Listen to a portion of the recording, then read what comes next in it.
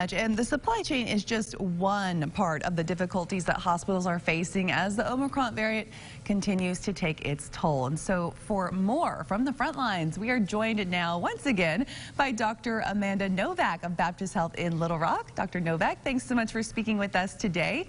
So First things first, what's the latest on the ground for you guys at the hospital?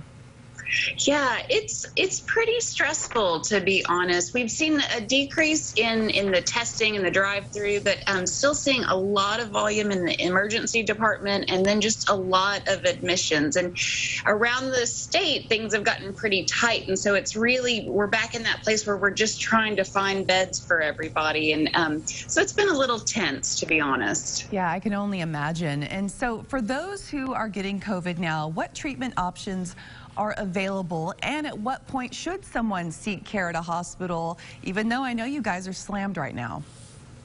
Right. So, and we certainly want to, encourage anyone that's getting to that point to come on and get medical care. Absolutely. So, there's several treatment options available in theory. Unfortunately, supply has been a real issue. So there's a couple of different pills, one called molnupiravir and one called Paxlovid, that are in retail pharmacies sort of scattered around the state. We found that those are very quick to come off the shelves, and it's kind of hard to figure out where they are, but there's those two different pills that are effective at helping to prevent progression of severe disease. And then we still have a very small supply of monoclonal antibodies, and so not nearly as much as we need, but hospitals are still continuing to get little shipments here and there of the monoclonal antibody that can also be effective at lessening the severity of disease. Okay, and Dr. Novak, let's say you have COVID and it's not so bad that you have to go to a hospital, okay? So what tools should someone have at home, and is a pulse oximeter actually recommended or not?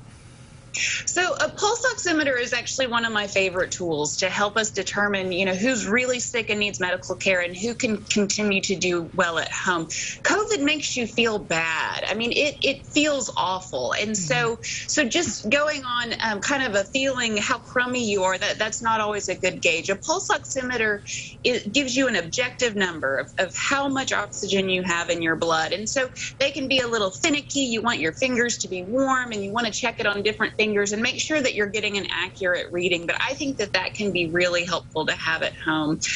Other things are just, symptom control. So Tylenol, Advil.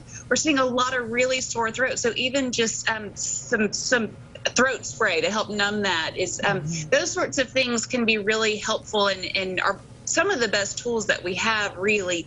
But when you start to feel short of breath, like you can't catch your air, that is always a red flag, really, regardless of what the pulse ox says. And so anytime you're getting short of breath or starting to really get confused and not know what's going on, those are reasons to get to the hospital right away. Sure, absolutely. And my last question for you real quick here. How much of the COVID cases are the Omicron variant right now in Arkansas, and is Delta still hanging around? Right. So we don't have a perfect test for that. The gold standard takes weeks to get back, but we have kind of a screening test that we use here at Baptist Health that gives us a pretty good idea of what's going on in the community. And so based on our test, we're at about 90 to 95% Omicron on any given day. And so there's a little bit of non-Omicron. We assume that that's Delta. We won't know for a few weeks, but the vast majority of what we're seeing is still Omicron right now.